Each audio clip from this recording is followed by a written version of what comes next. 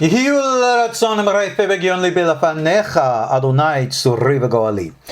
words of my mouth and thoughts of my heart be acceptable before you, O God, my rock and my redeemer. Shalom all. Welcome to our Kosher Torah school classes. I am, of course, your host, Ariel Bar Tzadok, and you find me in our school online at www.KosherTorah.com. We are presently in the course which I have entitled The Other Kabbalahs, which is placing special emphasis on the other schools of Jewish esotericism, other than the, shall we say, politically correct ones, so predominant today in those circles which embrace Jewish mysticism. This is the fourth lesson in this course, and in the past we've discussed already general things.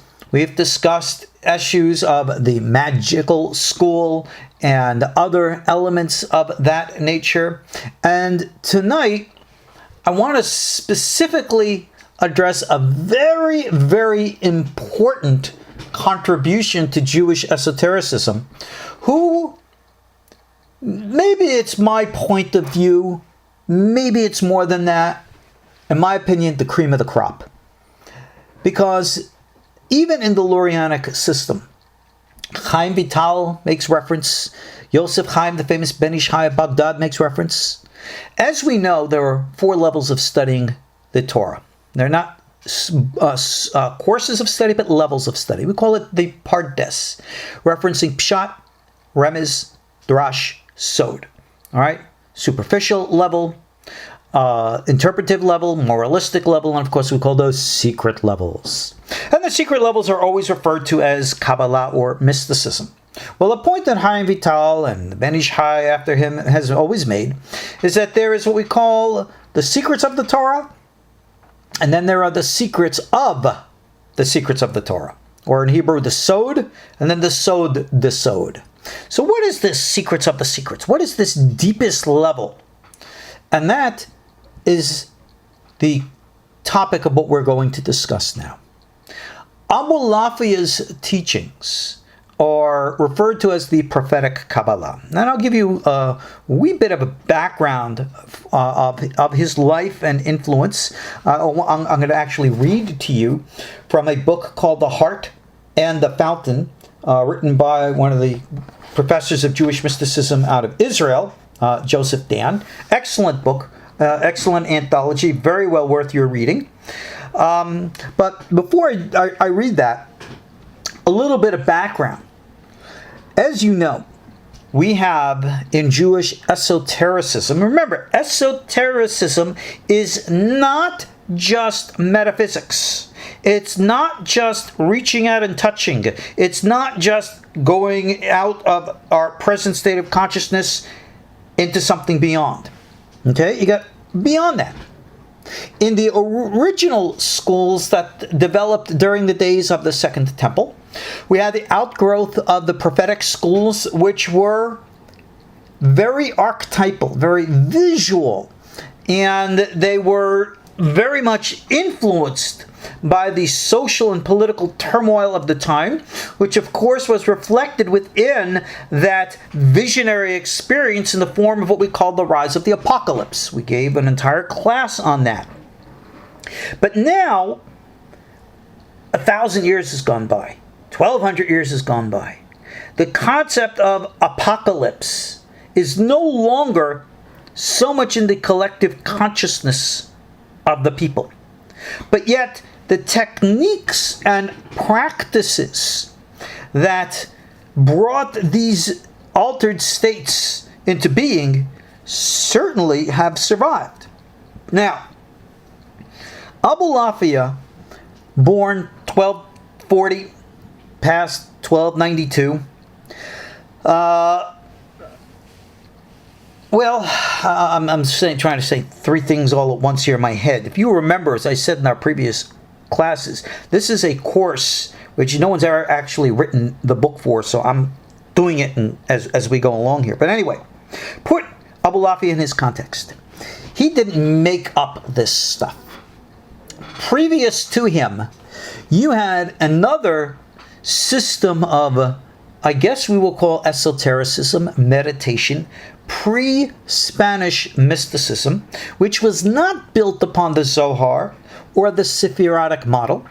And this was coming out of France and Germany. This is a group called the Hasidei Ashkenaz. And it was a combination of the older Merkabah techniques with a lot of, local Germanic superstitions. And a lot of those superstitions, unfortunately, have been elevated to the point of Jewish law in Ashkenazi tradition. And in my opinion, high time for them to be, shall we say, laid to rest. But the meditative traditions, we find very much present in one of the great sages of the day, Rabbi Eliezer of Germiza Worms. Rabbi Eliezer wrote a number of very interesting works. One of the most famous is the book called Raziel Hamalach, the book of the angel Raziel. And what it is a compilation of all types of ideas and beliefs, some of which are Jewish magic, much of which are the older Merkabah traditions, a lot of which, of course, is astrological.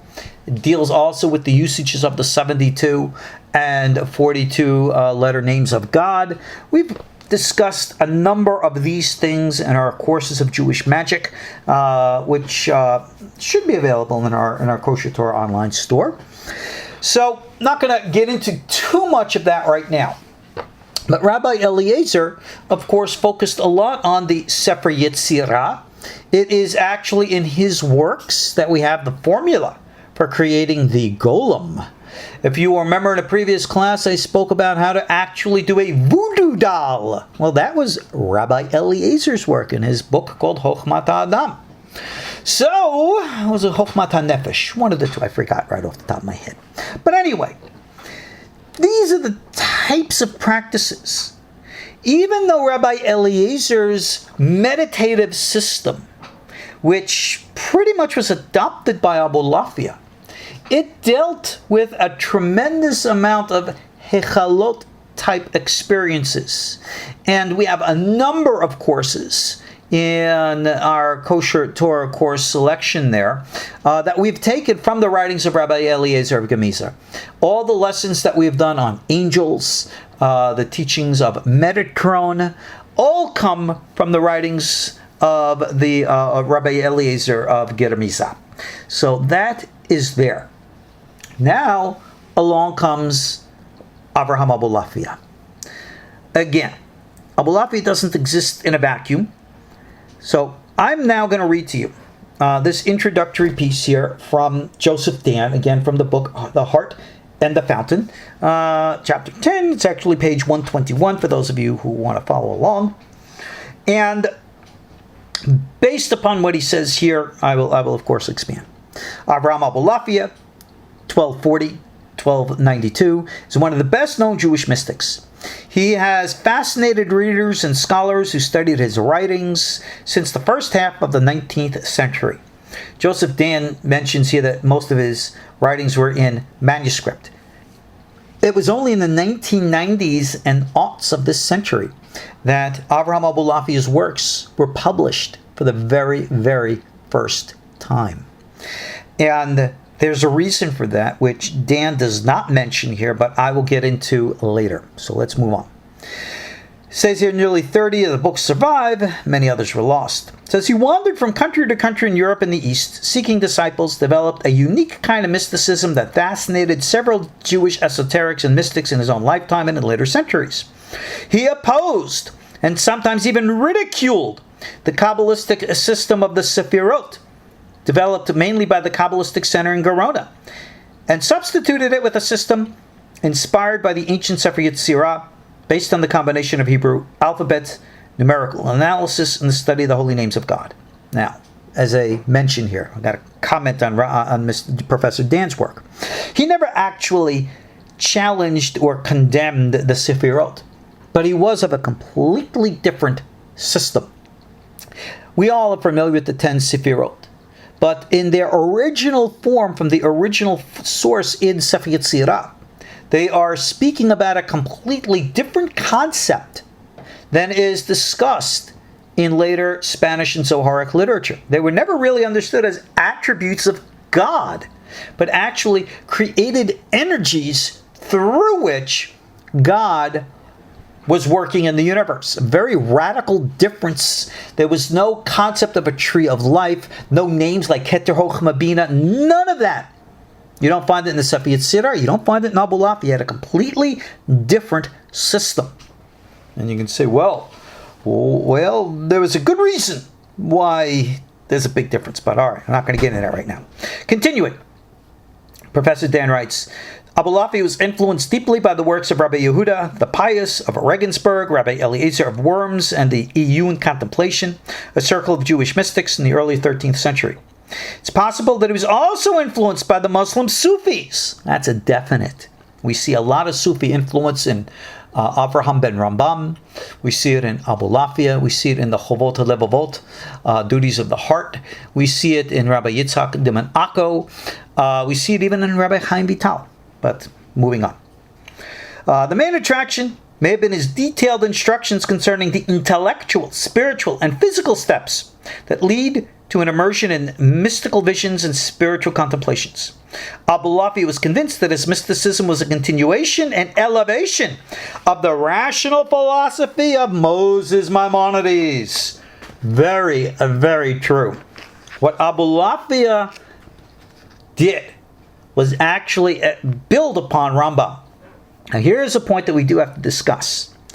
Most focus on Abulafia, and there's a lot of things written on Abulafia already. Moshe Idel is the one who pioneered, wrote a number of books on Abulafia. But of all of these books, the one thing that I've seen focus on was more so the techniques of his usage as opposed to where they lead.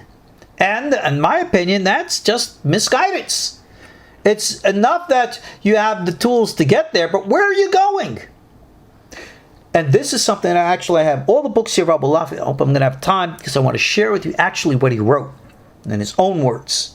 Because Abulafia was able to look into Maimonides and clear away all the superstitions, clear away all of the, nebulousness of the metaphysics, which are a, shall we say, self-containing loop, like a bubble, which people place their mind into and then can never see out of. Well, Abulafia had a very different system.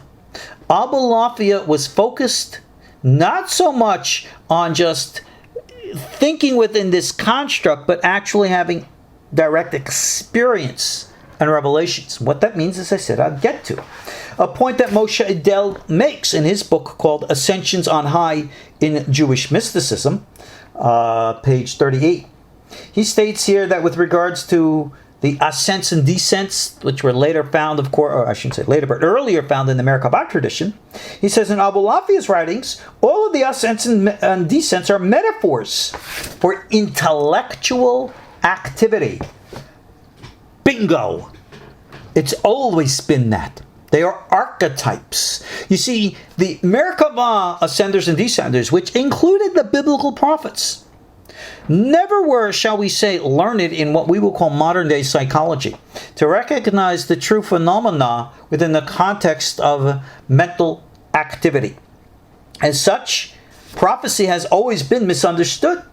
And along came someone who had experience, like Rambam, and was able to reveal the true secrets of the Torah in his Mor Nebuchim to those who are willing to, able to, ready to receive them.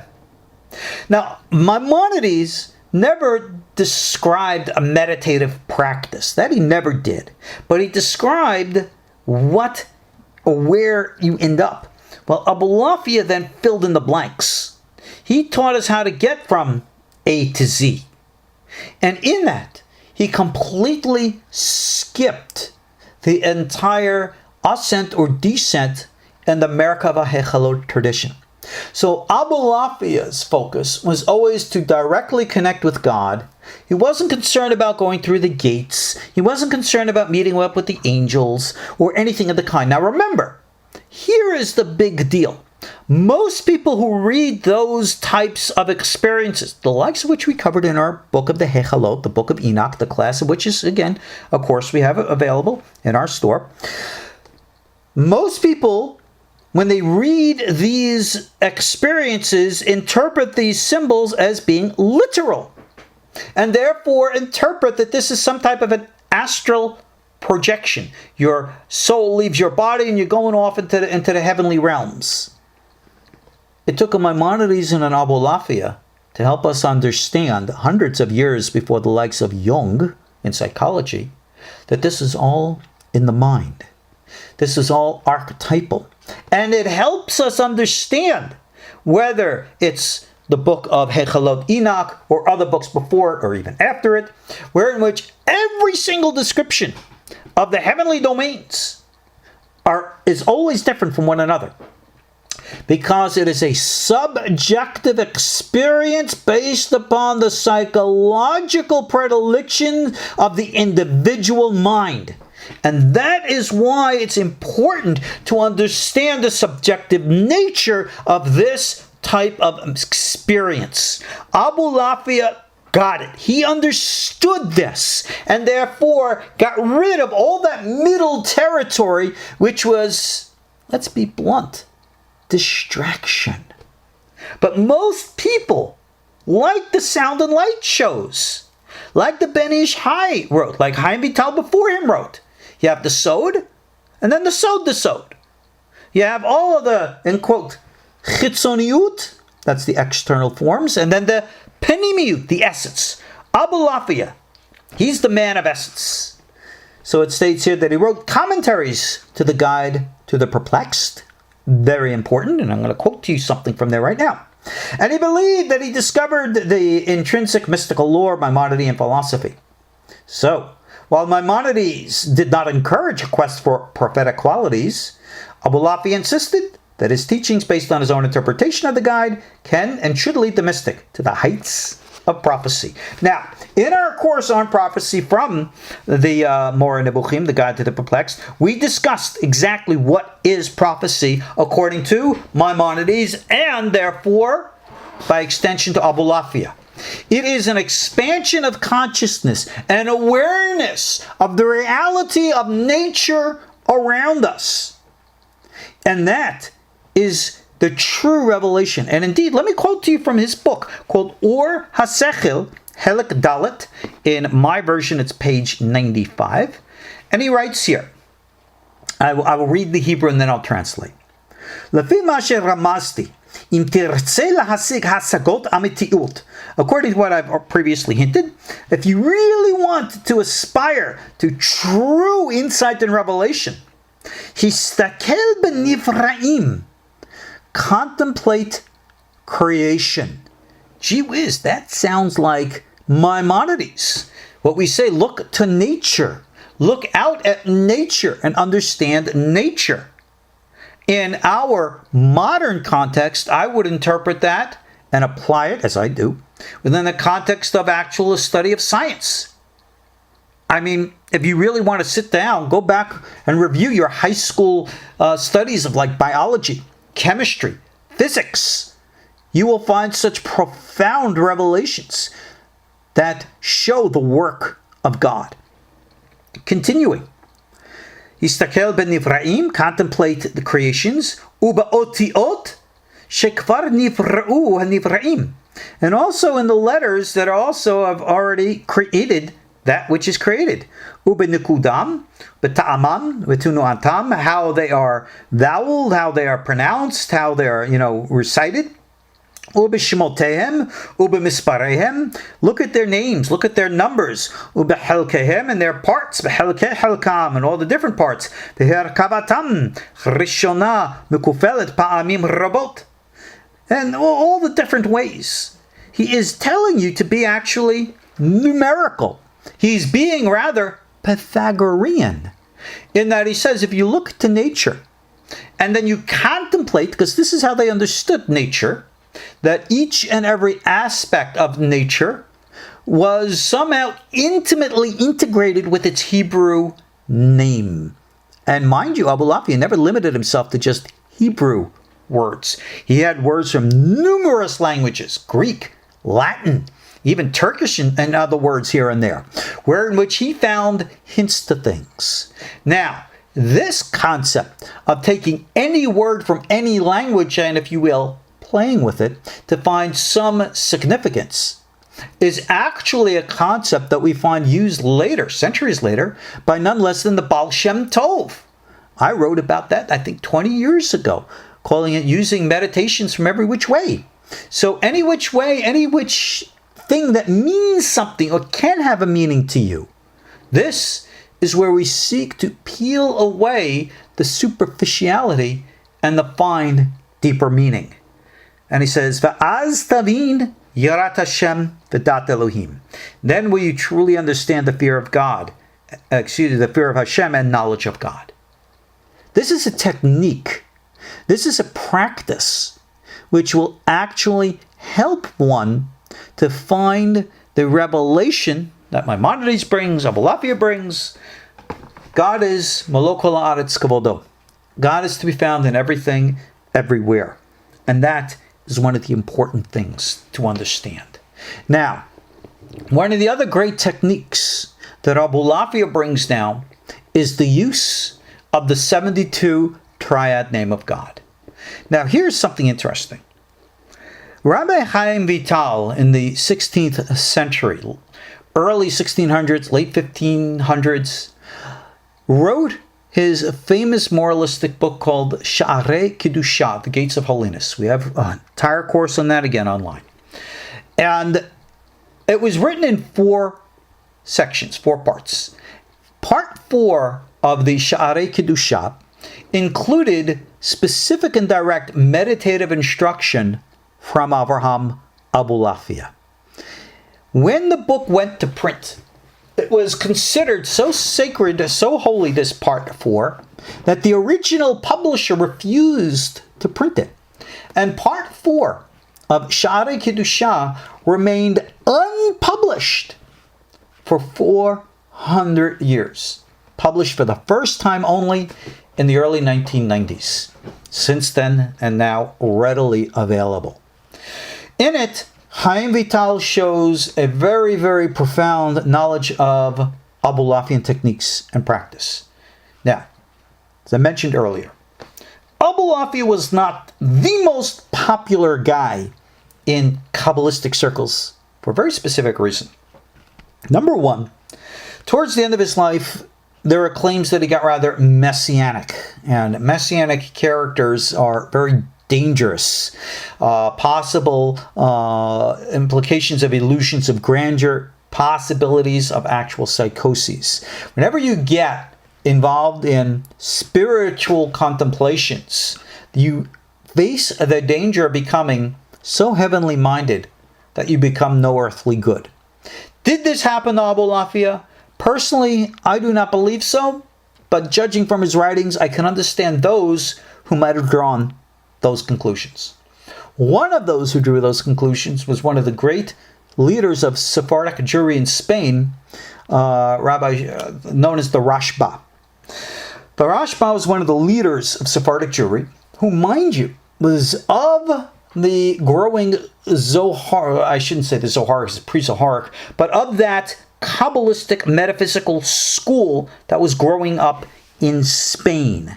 Well, he did not like the Abulafia system. He did not like Abulafia. And he put the kibosh on the Abulafian system. And because of it, the Abulafian system literally was pushed out of the mainstream until literally this last generation. For over, 700-800 years almost? That's how long. Now, Abulafia's teachings were around, as I said. There were numerous rabbis, teachers throughout the generations, but many of whom would use Abulafian techniques without necessarily quoting them directly. One of Abulafia's original students was Yosef ibn Gitalia, the famous author of the Shari Ora and the Ginat Egos. But Gitalia followed more of that Spanish tradition and doesn't really quote his master that much. Later books included the Shaarei Tzedek, and of course Rabbi Yehuda Albatoni's book, the Sulam Aliyah, which explains many of these Abulafian meditative techniques. None of these books were readily available until literally this last generation. Hundreds of years since they were writing.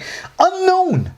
In my day, when I was in Jerusalem studying with my masters and teachers, I never knew that these books existed until decades later. I only heard rumors, but it took years before they were finally published. This is the practical techniques of such. Now, these things were put aside, and only a very few rabbis throughout the centuries dealt with it. The Baal Shem Tov certainly dealt with it. Rabbi Chaim Vital certainly dealt with it. But this element of the prophetic Kabbalah in the Vital Arizal system, as I said to you, was censored. No one knew it was there. Mind you, Chaim Vital also dealt with magic and alchemy, and that was censored out of his system too. Abulafia's focus was on the usage more so of the great 72 triad name of God. And in that, he wrote tremendously. He wrote in his book, where is it? Do I have it here somewhere? Oh, it's right in front of me. Duh. It's always the place, right? You're supposed to look under your nose. I have all my books spread out here, and I was looking for Chai Olam Haba, which is the book I wanted to read to you from. And I'm looking to my right, looking to my left, and it's right in front of me. Great. See how smart I am? All right, moving on. Chaim Vital in the censored part 4 of Shaarei Kedusha quotes from the Chaye Olam Haba, Life of the World to Come by Avraham Abulafia. And in it, we have a system of meditation, the likes of which has been the foundations of what I've taught here at the KosherTorah school for the last 20 years. And that is this: using the 72 triad names of God. But Rabbi Chaim Vital in his Shaarei Kedusha adds something which seems to imply that it came from Abulafia, but if you go into Abulafia's work, you don't find it there. Rabbi Chaim Vital does this. He takes the triads from the famous 3 verses in the book of Exodus. Go reference our course on the 72 triad names of God. Not going to get into the details here. And Rabbi Chaim Vital in the Shaarei Kedusha weaves the letters of these triads with the name Yud Kei Vav Kei. And that's also supposed to be used. How? I'll get to in a minute. And then he adds to it the names of angels whose letters start with the names of the triads.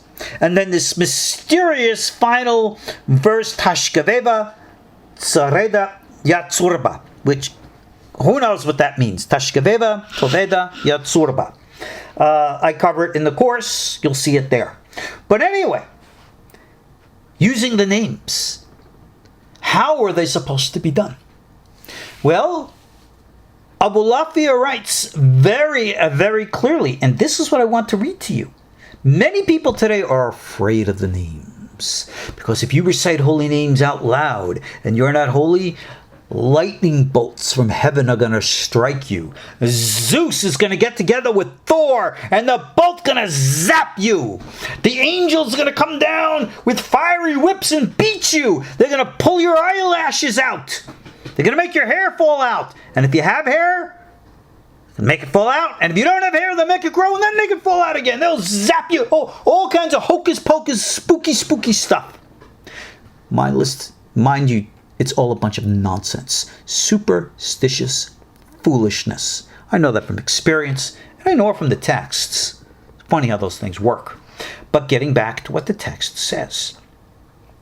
The names, the meditations were never, ever meant to be silent.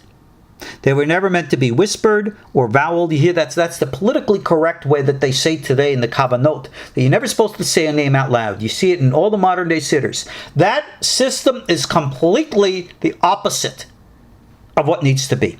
And I quote to you here. This is the words of Sefer Chaye Olam Haba in my version, page 123, in which he states, all right, Lahaskir, the kavanah shlema, to recite with pure intent, Benigun. What is a nigun? Chant, sound, song. Yashar v'nachmad v'na'im b'nikuda amiti. To say it nice and pleasant with the proper vowels. All right? Each and every letter. You don't just say vav, hey, vav. You say wah, hey, wah. You don't just say yud, lamed, yud. You say yo, yo. Each letter is pronounced with what's called its pituche chotam, its base vowel. Go into the meditative course from the names. It's again available on KosherTorah. Learn it from there. I'm not going to get into the details here, other than the focus that it's supposed to be recited out loud.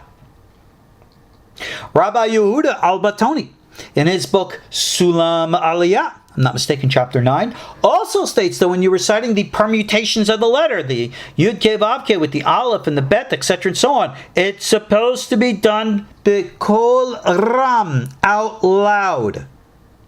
This is something that the modern political correct systems do not do. They consider it too sacred, too holy, and they're spooked by it. This is why they never accomplish anything. It's like trying to drive in your car without turning the engine on. All right? You're sitting behind the wheel, and you make believe you're driving. Where are you going? Nowhere. So what do? You close your eyes and you make believe. Well, let me tell you, you don't get there by doing that. You got to do the real thing. That's Sefer Chaya Olam Haba. That's the Sulam Aliyah of Albatoni. It needs to be done correctly and properly if it's going to be done at all. With that being said, all right, Abulafia goes into great details of the specific types of practices. In his Sefer HaCheshek, he outlines specific techniques, which again, Chaim Vital takes verbatim to put in his Sha'arei Kedusha. Again, Abulafia and after him, Chaim Vital were not ones to disregard tradition. Abulafia would always say that meditation should be wrapped in one's talit and tefillin. And now I'm going to get myself in big trouble with certain extremist elements in the religious world. Can a woman wear a talit and a tefillin? The answer is, according to Jewish law, that they are not obligated to do so. Do you understand from what I said what I didn't say? The answer is they are not prohibited to do so. Now some say, well, if a woman is going to wear the tefillin, like Rashi's daughters or others, well, they should be ritually pure. Oh, really? Why is that? Well, because they can make it unclean with their menstrual time. Oh, really? Does anybody know the law of the Sefer Torah? The Sefer Torah, the Torah scroll, cannot be made unclean. And therefore, women in their monthly cycles can embrace the Torah, kiss the Torah, hold the Torah, read the Torah. Torah never becomes unclean. It's nonsense and superstitious silliness to think so. Now, I personally am not one to encourage women to do things that A, they might not want to do, or B, which are considered politically or socially controversial. However, if an individual finds that of personal benefit, I'm not going to be one to hold them back from doing what they want. They should not practice any kind of a ritual or performance for social provocation. That's, needless to say, fundamentally wrong. Remember, God's great and holy name, like the Talmud says, is peace, shalom. And therefore, one is not going to get close to God, which is shalom, peace, by creating controversy and strife or division, which is the opposite of peace. And that is the big deal. Oh, I got somebody in text here is talking about male and female souls. Well, that's an interesting topic for another time. But these are the kinds of things that I'm focusing on here for practice. You see, the Zoharic tradition does not and has never included a meditative function. Even the Lurianic tradition of the Ari and Chaim Vital, what they dealt with the entire what's relatively new system of Kavanot, was again a self-created subjective reality, the likes of which was radically different from everything that came before it. But nowhere in the Lurianic and the later Rashash system, which is the closest thing to a meditative system in these later years, does it come to the Abulafian system. They are very, very different in focus and form. You see, in the Abulafian tradition, there was intent to contact God directly. There is no such idea in the Lurianic Rashash system. So Abulafia specifically describes, and Chaim Vital does too, that in meditation, one should actually visualize a person, a being of light, and that this person or being of light wishes to communicate with you and speak with you. And that by your chanting these holy names, visualizing these concepts, focusing your mind, creating this subjective reality within your mind, you enable this being to become active and to talk with you. Now, who is this being of whom we speak? Well, it's not an angel, and it's not God. It is what is referred to in earlier Greek literature and referred to throughout the ancients as the Sechel HaPo'al, the active intelligence, the active mind.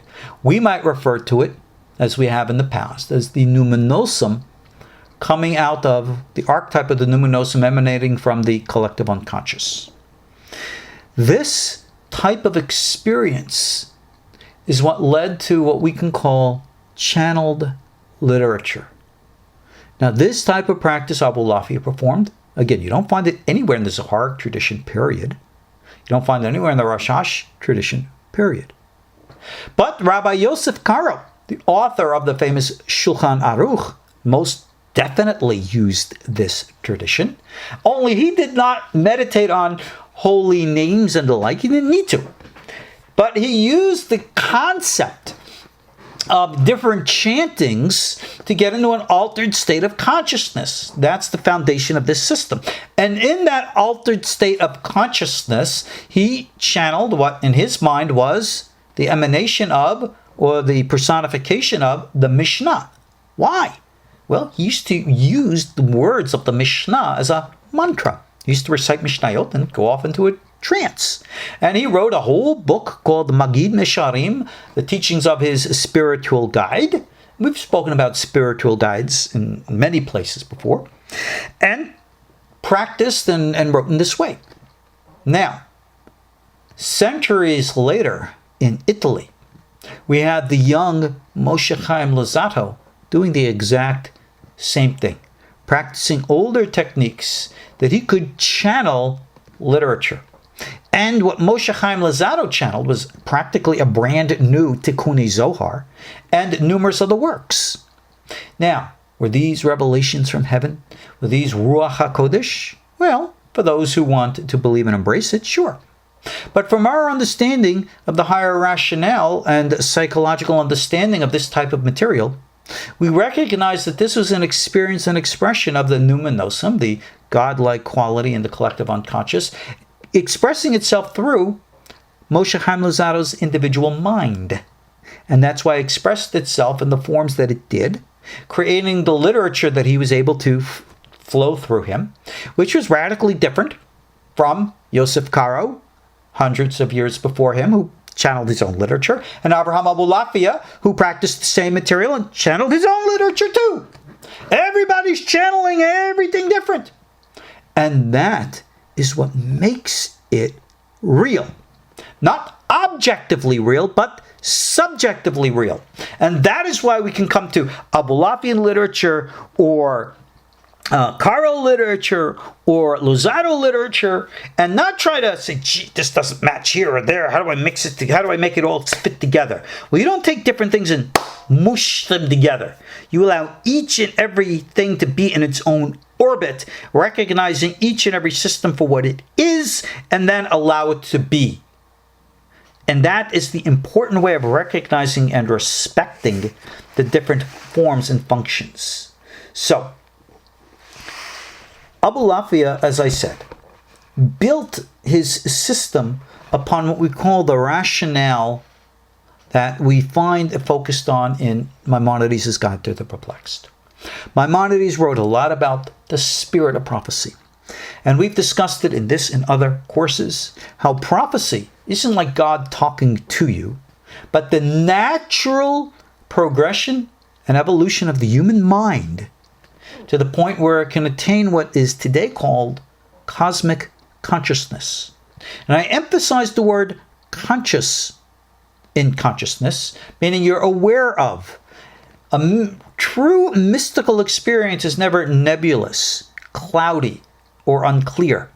It is very clear, very rational, logical, and understandable. And that's why we call one of the great secrets of the Torah, Ma'aseh Bereshit, the secrets of creation, which, if you remember, Abulafia told us to contemplate. Maimonides correctly understood these to be the secrets of what we today call science. And why I've always shared throughout my courses, learn science, and therefore understand the works of God. Because when you understand the laws of physics, the laws of science, you see how God made things. And if you really want to look for insights into the mind of God, well, look for what He did. Because obviously, if you look at the creation, you will understand insights from the Creator. That should make logical sense, at least I hope so. But that was the Abulafian system. Chaim Vital knew this. Others knew this. Indeed, what I so appreciate about the Chaim Vital system is that he was able to, in my opinion, tap into a vision of, an internal vision of the collective consciousness of the human race, and was able to extract it in the poetic, metaphorical symbolisms of the Lurianic system, with all his mentions of worlds and partsufim, very complicated descriptions, the likes of which we find throughout his Otzrot Chaim, Etz Chaim works. Again, we have lessons on this all online, explaining what his system meant. And this is a very profound and beautiful system, but it wasn't a system of the external objective worlds, but rather of the internal subjective worlds. Or, as we say, lo kipshuto. It's not literal. And those who try to understand the theoretical Kabbalah of Chaim Vital literally make a fundamental great mistake. Even the Baal Shem Tov spoke about that and condemned the people. Specifically, one person, Sefer Baal Shem Tov Vayet Hanan, I think it was in letters Samech Vav or Samech Tet, condemned a teacher publicly teaching the literalness of Kabbalah, saying you got it all wrong, and you're confusing people by making them think that. And of course, that's a tremendous problem that is faced today in the teachings of Kabbalah. But now, moving right along. What, how, where, what do we connect with when we actually get into this expanded consciousness? What exactly are we dealing with? Well, in his commentary to the Mishnah on the Moreh Nebuchim, called the Sitrei Torah, the secrets of the Torah, Avraham Abulafia describes that. In this section called Secret number 6, the relationship of the angel to the mind.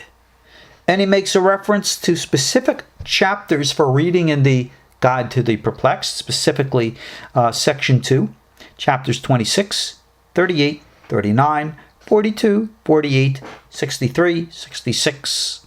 It says here in whatchamacallit. Did I read that right? Oh, excuse me. That's all from part 1 of the book. Part 1 of the book, chapters 2, 26, 38, 39, 42, 48, 63, 66. And it says, and then chapters 6 and 7 and 10 from the subject of prophecy in the second section. And he says also in the section about Job and chapter 45, etc., and so on. So he's actually bringing down here in the introduction specifically where in Maimonides someone should read for further information. And needless to say, in our course about prophecy from the More Nebuchim, we've covered all of this material and outlined it very, sequentially. But anyway, we've covered this section here before, and this is what I want to read to you. When one attaches from the individual mind, one can ascend into the greater mind, the higher mind. And that is the focus. Let me see if I could find the quote that I am looking for here. Yes, I did. Moshe Idel translates a section of this from Ascensions on High in his book, again, Ascensions on High in Jewish Mysticism, page 39, where he quotes Abulafia as saying, now, this Abulafia's words, when the sphere of the intellect is moved by the agent intellect, and the person begins to enter it, and to ascend the sphere, which returns like the image of a ladder, and at the time of ascent, his thoughts shall be really transformed, and all the visions shall be changed before him. There will be nothing left to him of what he had earlier. Therefore, apart from changing his nature and his formation, he is as one who has uprooted from the power of feeling and translated to the power of the intellect. This description here describes what is happening, wherein which an expansion of mind brings one into a greater awareness. And he mentioned here the sphere. Now, you got to understand the old system of astronomy, that above the stars and their influence, there was this Galgal HaSechel, this realm of intellect and mind, which was supposedly, if you will, like the universal mind of creation. And the focus was when you expand your mind and consciousness, you actually tap into that. But now, let me read to you what Abulafia writes in this section from his book KosherTorah on the subject of angels and the mind. This is a very profound insight and revelation, the likes of which puts everything from our old Merkabah system, our old prophetic system, and jumping centuries into the future, into the psychological system. And here it is all in the 13th century. And I quote, "Tzarich lehodiatcha she'adavar hamotzi mesichleno mekoach lefoal." I have to make this aware to you, that which is going to come forth from our minds, from potential to actual, hu sechel nifrad mekol chomer, is the power of the mind, which will be separate from every semblance of form, pure thought, pure mind. V'yikra b'leshoneno b'shamot rabim. And this, what I will call level of consciousness, he says here, is called by many names. What name should we call this state of cosmic consciousness, this state of, if you will, Maimonidean prophecy? According to Abulafia, he states, Hu saro shel olam v'hu metatron sar panim ha nikra sar tzevaot b'tunuot hagalgal. This level of consciousness is called the Prince of the World. This is Metatron, the Prince of the Presence, who is called the Prince of the Armies of the Sphere, of the movement of the sphere. You see, what Abulafia states here is that the higher connection of mind is tapping into what we call the Metatron. We've discussed about the Metatron race in many of our previous courses. One lesson on that, actually, I put on our YouTube channel so that people can have access to this information. According to Rabbi Bacharach in his famous work Emek HaMelech, in a section called Olam HaYetzirah, he states that Metatron is actually those parts of the Adamic soul which did not descend and fall with the eating of the tree of knowledge, good and evil. And that these Metatron souls are actually the higher selves of our own human souls. So they, our higher selves, serve as our spiritual guides to guide and direct us. And as we've taught in our prophecy courses, this is exactly what was referred to by Rabbi Eliyahu, the famous Gaon of Vilna, in his commentary to the Sefer Yetzirah, when he refers to an individual's personal magid, spiritual guide, is one's own higher self, which would make it an emanation or appellation of Metatron. So therefore, the Metatrons are that element of aspect of our own higher selves. So what do we call that in psychology? Yes, the collective unconscious. So you see, Abulafia, jumping ahead centuries into the Kabbalah and into psychology, centuries before, for those who had the experience of this. Ezekiel, when he saw the image of the man on the throne, bingo, he got it. And somebody's asking a question here, is Yud-Keh Vav-Keh God or Metatron angel? Well, remember, Metatron is called the small Yud-Keh Vav-Keh. And when Chaim Vital speaks about the small face of God called Ze'er Anpin in the world of Atzilut, he always speaks interchangeably about Za and Adam Harishon, or the original man, the higher self. So this is that profound level in revelation which Abulafia understood, that by tapping into true rational mysticism, one is tapping into the higher realities, recognizing them for what they are. Oh, I'm not done yet. Let me continue the quote. He states here, continuing to talk about Metatron, V'shemo Shaddai keshem Rabo. His name is Shaddai, like the name of his master. The Kinuiav Metatron, and his nickname, if you will, or the reference name is Metatron. And it's also, the name gives it the numerical values equal to Malach HaYareach, the angel of the moon. V'hu Meda Kadmon. And he says, and this is, or the one who has ancient knowledge, primordial knowledge. There we go. That's, if you will, a hinted reference to what we call the collective unconscious, previous incarnate knowledge.